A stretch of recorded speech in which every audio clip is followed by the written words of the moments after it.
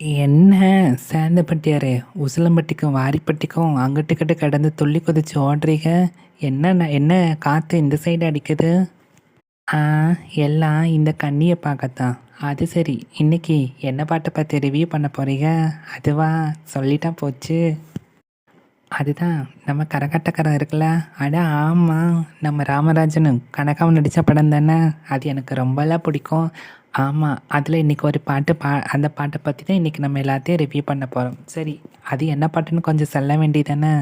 இந்த பாட்டு இருக்கே, இந்த பாட்டை கேட்டால் மனசு அப்படியே துள்ளும். ஊரில் அப்படியே மணமணன்னு மணக்கும். என்னையா சொல்கிற? மணக்கமா? ஆமாம், கிராமத்து சைடில் இந்த பாட்டை போட்டால் எல்லாரும் மக்கள் மனசில் அவ்வளோ ஒரு இடம் பிடிச்ச ஒரு பாட்டு. சரி, அது என்ன பாட்டு? மாங்குயிலே பூங்குயிலே செய்தி ஒன்று கேளு. ஓ, இந்த பாட்டா? இது அருமையால இருக்கும்.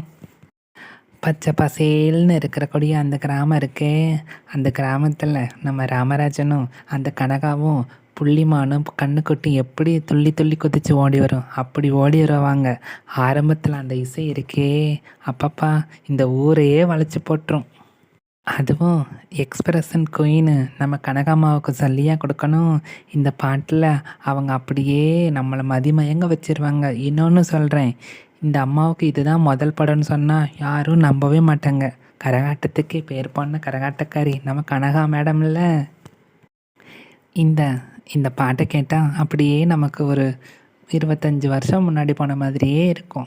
என்ன பண்ணுறது, அழகான ஒரு பாடலாச்சே. இதில் நான் ஒன்று சொல்லட்டுமா? நம்ம கனகா மேடம் இதில் கனகாமரம் பூ வச்சுருப்பாங்க. உண்மைக்கு கனகாமரம் பூ வச்சு எவ்வளோ அழகாக இருக்கும்னு தெரியுமா? இப்போல்லாம் யார் இந்த கனகாமரம்லாம் வைக்கிறாங்க?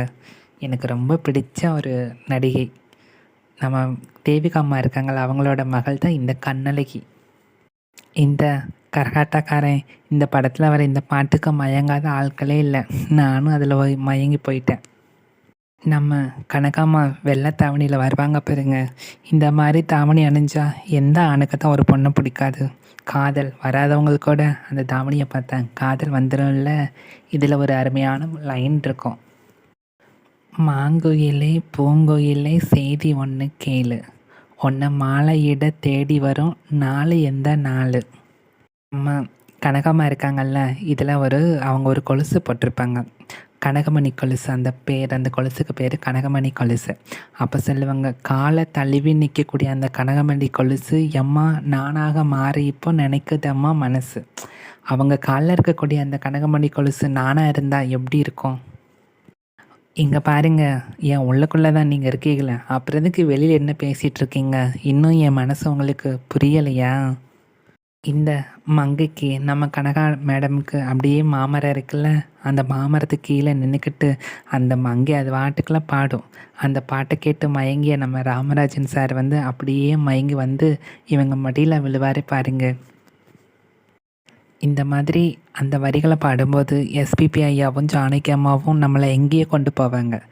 கிராமத்து மணமணக்க பாடிய இந்த பாடல் கடைசியில் பாருங்கள், அப்படி ஹஸ்கி வாய்ஸுக்கு நம்ம எஸ்பிபி ஐயாவும் ஜானகி அம்மாவும் அப்படியே கொண்டு போகும்போது நம்மளே அறியாமல் உடம்பு அப்படியே புல்லரிக்கும். அப்படி ஒரு இதமான ஒரு பாட்டு. இந்த பாட்டு உங்களுக்கு பிடிக்குமா?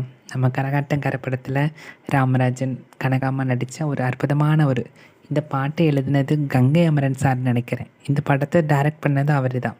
இசை யாராக இருக்கும்? இசைஞானி இளையராஜா தான். ஸோ இந்த காம்போஸ் சேர்ந்தால் ரொம்ப சூப்பராக இருக்கும். இந்த பாட்டு உங்களுக்கு பிடிச்சிருந்தா சொல்லுங்கள். பாய்.